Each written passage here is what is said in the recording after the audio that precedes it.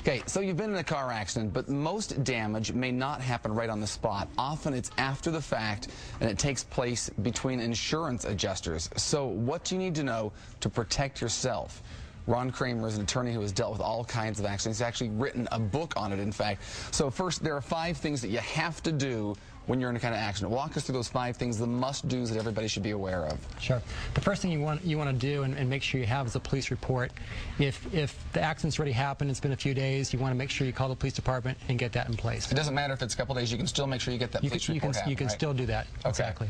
Second thing, getting medical treatment? Yes, getting medical treatment. A lot of people don't know they have $3,000 available through their own insurance for medical treatment, and it's basically a use it or lose it type thing. So use it. And document with photos? Yes.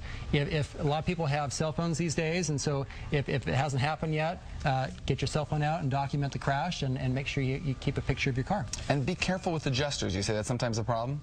Yes. Sometimes adjusters will call you. My clients say, hey, they're leaving messages for me. What do I say? What do I do? I'm calling you because I haven't returned their call yet. And sometimes they'll try to take statements from you and twist your words. And sometimes you're in the hospital or you're on pain medication and you can't think straight. And so your statement's not going to be accurate. We're going to come back to insurance adjusters in just a second, because I think there's a lot more information we need to cover.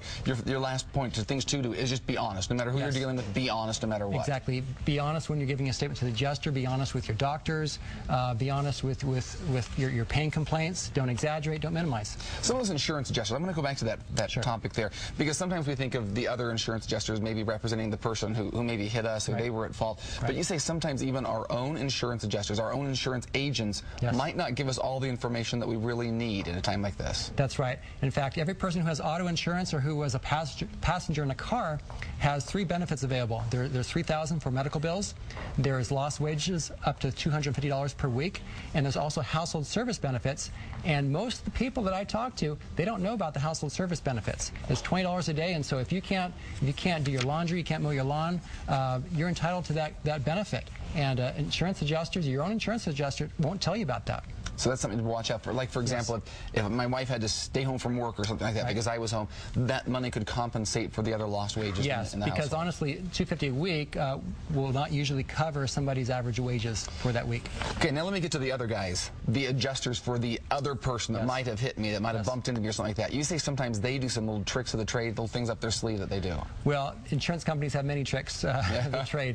They're very good at that. But taking a statement is one of the things that they try to do right after the crash, to try to lock in your testimony. And sometimes, as I mentioned, if you're on pain medication, you're not thinking straight, and in cases where they're maybe accusing you of contributing to the accident, they try to lock you into a particular story of how this crash happened. And so when it comes time to try to resolve the case, they say, hey, you earlier said this, and now and so they try to twist your story. Another thing they try to do is try to get you to sign a medical release that's very broad and invasive. They can sometimes get information about drug abuse history, if you have mental health issues. So they make you sign this thing. They can go back and get any of your records from anything that's ever happened to you medical-wise. Yes, exactly. And use that against you if they can. And they try to use anything they can find against you, believe me. Yeah. That's their job. Yeah. You know, and they're doing their job, and they do it well. And you think they're nice people, they're helping you out, they're doing what they can, but they really are watching out for their own company. Exactly.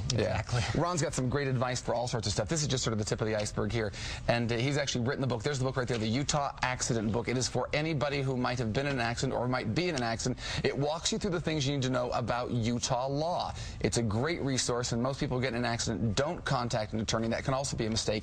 If you'd like to contact Ron with questions, you can get in touch with him through ronkramerlaw.com. There's a phone number there as well, and we of course have a link to that website on our website as well. Thanks for letting us know about what to watch out for. Yeah, thanks, Darren. Coming up, we're going to be right back with an update on our Studio 5 poll today.